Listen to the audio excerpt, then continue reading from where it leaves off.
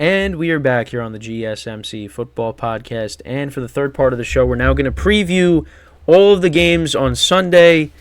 And let's get right into that. So we'll start off with the Green Bay Packers taking on the Carolina Panthers. So the Panthers picking up their second win on the season, winning 9-7 against the Falcons.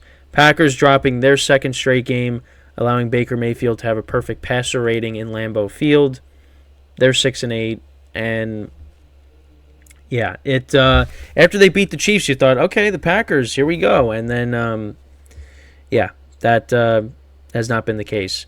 They should have beaten the Giants, but they let Tommy DeVito carve them up at the end. I mean, the defense these last couple weeks has really been the issue. Jordan Love has been playing good.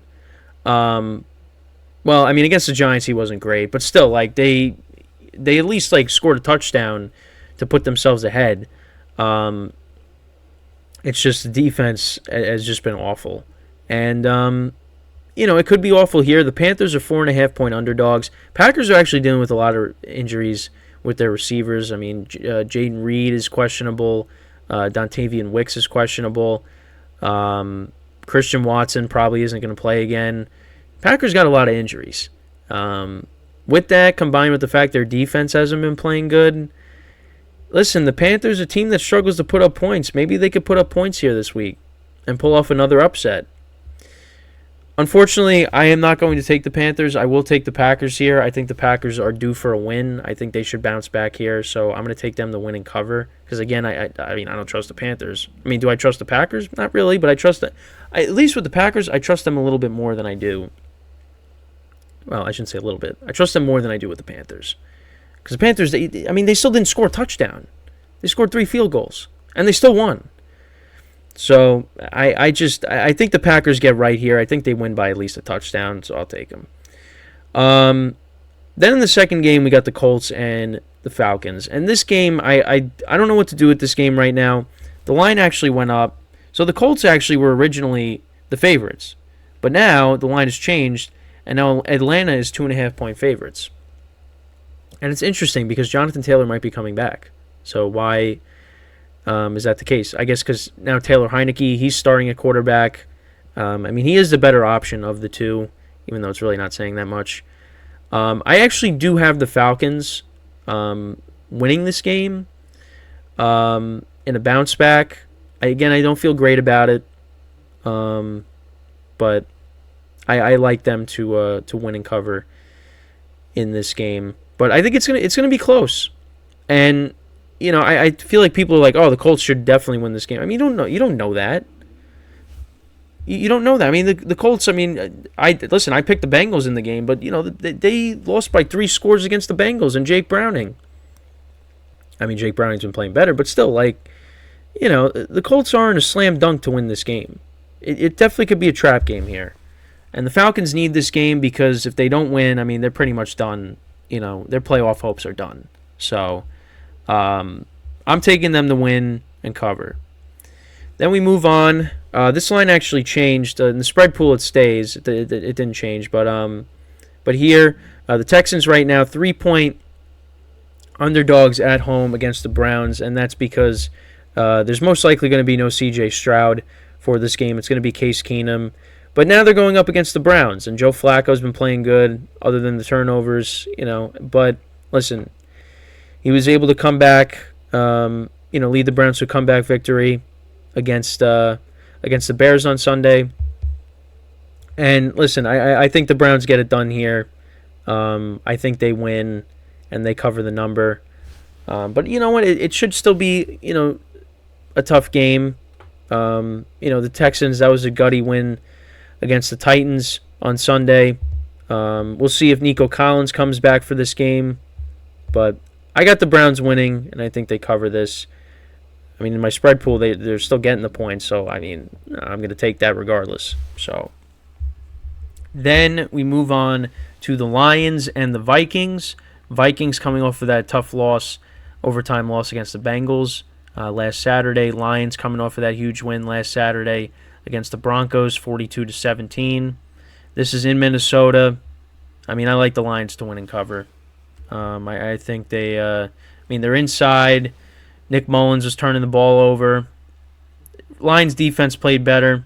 I mean, we'll see. It's a divisional matchup, but I like the Lions to win and cover this number here, and they continue to roll. So then we move on. The Commanders and the Jets. So right now the Jets are 3-point favorites. I'm going to be honest. This game is going to be subject to change.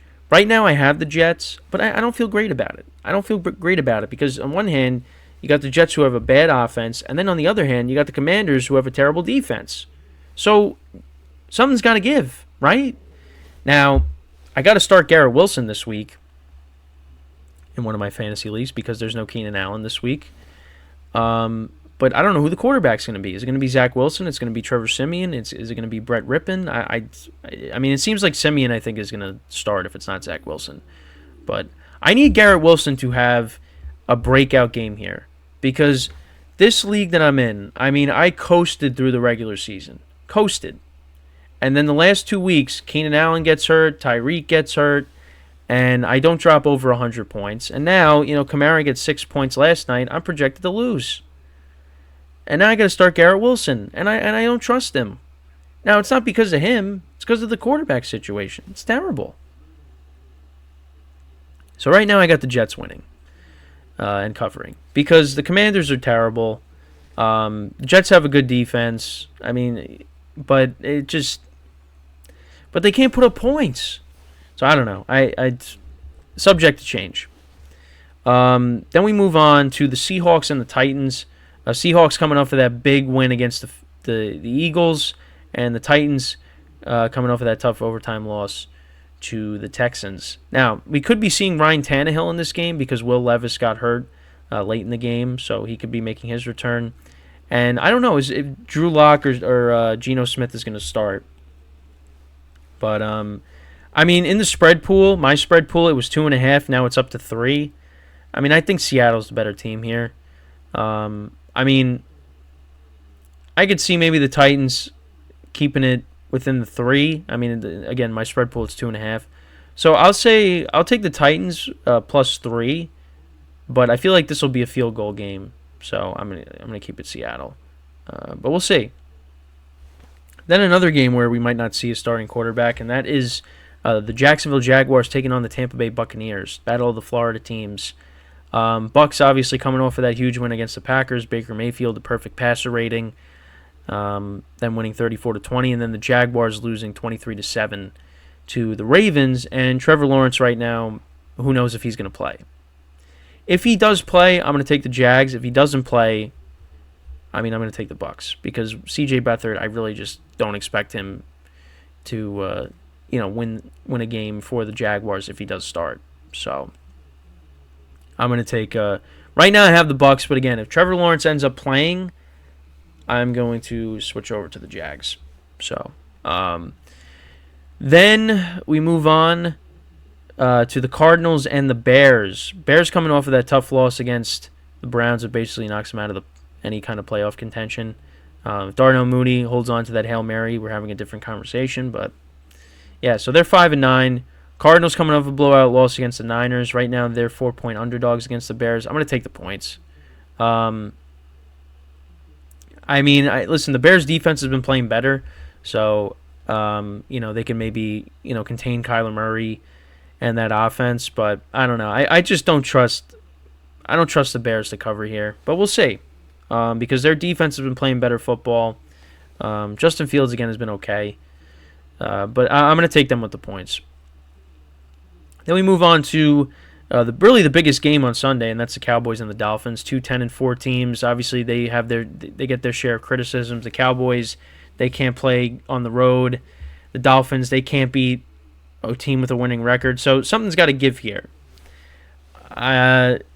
For me personally, how the Cowboys defense played last week really, how they've been playing lately has concerned me. I know they played well against the Eagles, but against the Seahawks, they weren't good. And against the Bills, they weren't good. They let James Cook run all over them, and now you got yourselves going up against Raheem Mostert and Devon Achane. Tyreek Hill could be back. He did practice yesterday, so maybe he does come back for this game. I hope he does for many reasons. Well, mostly fantasy. But listen, I like the Dolphins to win this game. I think the Cowboys drop 2 straight. For me, it's because of the defense. The defense really concerns me because if they're able to run the football, the Dolphins are able to run the football like the Bills did. I mean, this is, and then you got Tyreek Hill and Jalen Waddle you got to cover. It's going to be tough. So, but if the Cowboys could put up points, then that's a different story. But I like the Dolphins to win. Right now they're a 1-point favorite. I think they win and cover the numbers. So I've taken a lot of favorites. So some of them we got to change, but I got to figure out. Well, this one I'm taking an underdog. So right now the Patriots are 7-point underdogs in Denver. This is the Christmas the Christmas Classic. NFL Network keeps saying, yeah, the 3-10 Patriots and the 7-7 Broncos. What a great game. First, the Broncos coming off of that blowout loss against the Lions. The Patriots losing by a couple scores against the Chiefs. I think the Broncos win this game. However, I think the number's too big. I got to take the Patriots with the points. The Patriots have a good defense still. I think they're going to be able to keep it close. Ramondre Stevenson is questionable for this game, so maybe he comes back. I know Hunter Henry got hurt against the Chiefs, so we'll see what happens there. But, yeah, I think the Patriots keep it within the number. I don't trust the Broncos with that big of a number. But who knows?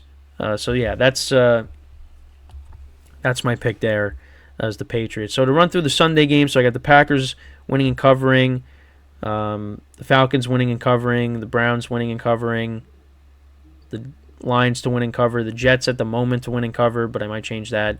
I got the Titans covering the 3 against the Seahawks, but I got the Seahawks winning. Subject to change, but I got the Bucks winning and covering against the Jags. Cardinals covering against the Bears as an underdog. Dolphins winning and covering, and then the Patriots covering the spread, but Broncos still win for the nightcapper. But, yeah, those are all the games from Sunday. And then, of course, we have the Christmas games, which we will take a close look at when we come back from our final break of the show. This is going to be a good weekend. Football, 4 out of the next 5 days is not too bad. Obviously, no football tonight when it comes to the NFL. But we actually did have the bowl game last night, Syracuse. What a disaster that game was. What was it? The final score ended up being what? 45-0 was the final? Yeah, 45-0 to South Florida. What a disaster that game was. I wasn't watching it very closely, but this was for the Boca Raton Bowl. But yeah, 45-0. And I think Syracuse used both teams used multiple quarterbacks. But yeah, the stats for this game. 6 for 13, 84 yards, 4 for 11 for 55 yards, 2 interceptions.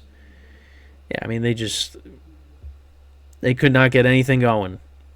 But yeah, obviously the college football playoff is coming up. So like I said, we'll preview those games.